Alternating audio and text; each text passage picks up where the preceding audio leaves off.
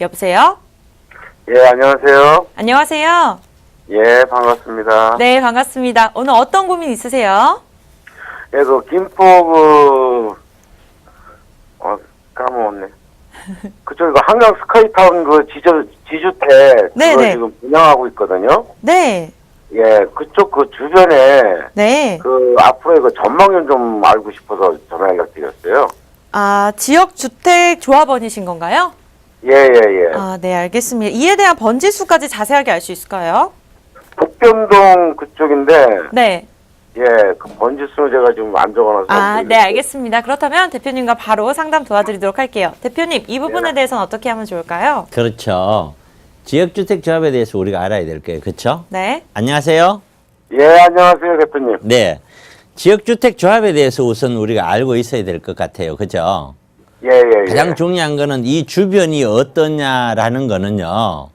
예. 간단해요. 어떤 사람들이 우리 시청자분들이 A라는 지역이 있는데 예. 이 지역이 어떻습니까? 라고 설명을 할 때 예. 그거는 굳이 전문가한테 묻지 않아도 돼요. 그거는 어떻게 하냐면은 그 지역에 가서 아파트 가격 조사를 해보면 돼요. 예.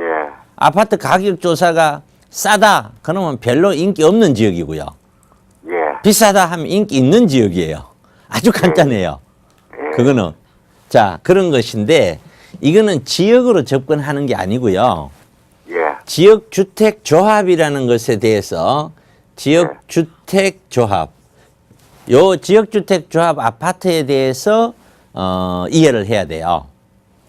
지역주택조합이라고 하는 거는 A라는 회사가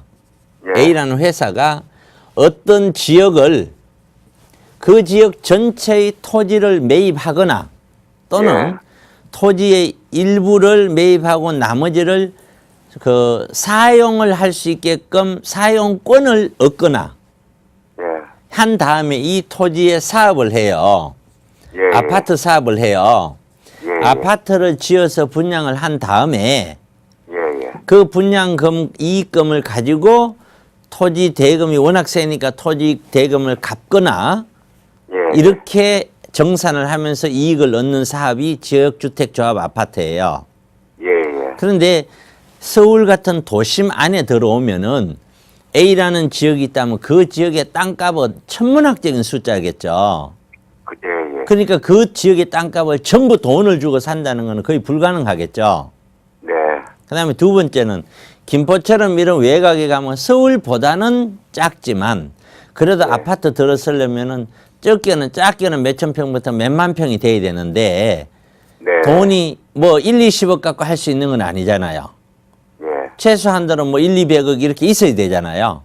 예. 예. 그러면 그런 정도 돈을 가지고 있는 사람들이 현금으로 다 하느냐. 일부만 가지고 하고 그렇게 해서 사업성을 만들어내고 하니까 여기 사업을 하는 거지. 돈 100억, 200억 있는 사람들은 현금을 넣으면서 그런 걸 안 해요. 예. 예.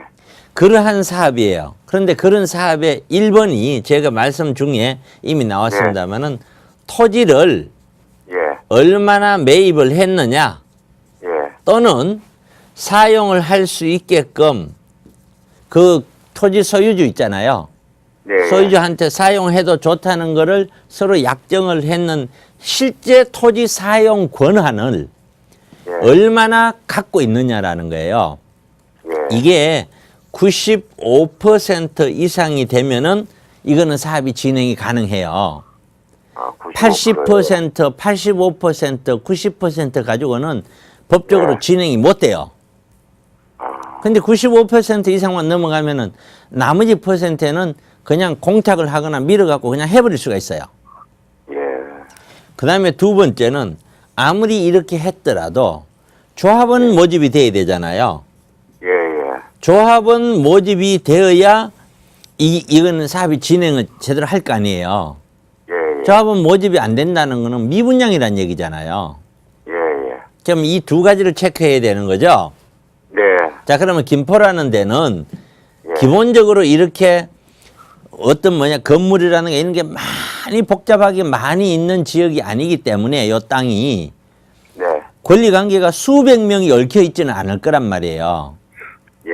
이런 땅 자체는. 그러니까 이런 땅은 구입하기는 크게 어렵지 않을 거예요. 네. 사는 사람이 얼마나 좀 사업성 있게 잘 하느냐의 문제인데 요 자체를 일단 체크는 일단 하되 토지 매입은 어쨌든 95% 됐는지 안 됐는지 그거 한번 체크해 볼 필요가 있고요. 예. 그다음 두 번째는 조합원 모집이잖아요. 예, 예. 이게 문제예요. 땅이 돼 있다 하면 서울시 안에서 조합원 모집은 너무 쉬워요. 크게 어렵지 않아요. 예. 근데 경기도잖아요. 그렇죠. 그것도 김포잖아요. 예, 예. 거기까지도 또 괜찮아요. 왜? 땅값이 싸니까 뭐 싸게 팔면 되니까. 예, 예. 근데 문제는 지금 경기가 부동산 아파트 가격이 끝점을 끊고 꺾이는 시점이죠. 예, 예. 이 상태에서는 쉽게 조합원으로 들어가기가 쉽지는 않겠죠. 그렇죠. 그래서 이러한 조합원 모집이 그래도 한 65% 이상만 되면은 이 사업은 크게 이렇게 마이너스 나는 사업은 아니에요. 예. 그러니까 결국에 봐야 될 거는 토지 매입과 조합원 숫자가 얼마나 지금 모집이 됐느냐 이 두 가지를 보시고 들어가셔야 되는 거예요.